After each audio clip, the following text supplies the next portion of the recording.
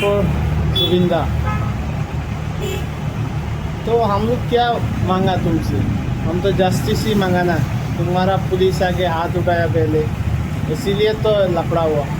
और दूसरी बात, उधर क्या प्रोटेस्ट क्या मुसलमान ही कर रहा था ना? क्या तुम जितना लड़का को पकड़ा मुसलमान ही पकड़ा? चलो ठीक है, ये मुसलमान आतंकवादी है, हम मानता है।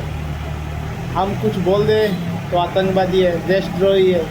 तुम किसी को मार दे, कुछ नहीं है, देशभक्ति है। ये वीडियो देखो, बाद में अपना अपना राय डालो। तो क्या है ये?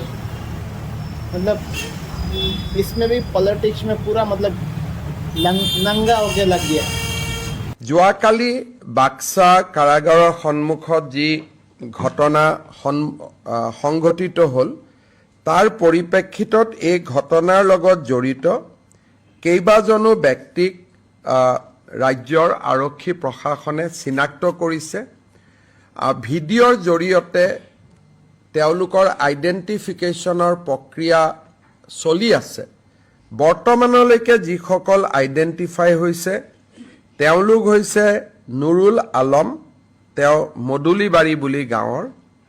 দ্বিতীয়তে মহিদুল ইছলাম, তেওঁ all Bodoland minority students union, যাক সৰুকৈ আমি ABMCU বুলি কওঁ, তেওঁ ABMCUৰ কাৰ্যকৰ্তা। দ্বিতীয়তে মুস্তাফা আহমেদ, তেওঁ ABMCUৰ এজন কাৰ্যকৰ্তা। ওচৰতে জেলৰ কাষতে দীঘলটঙা বুলি এখন গাঁও আছে, সেই দীঘলটঙা গাঁৱৰ নিবাসী শিৱজন আলী।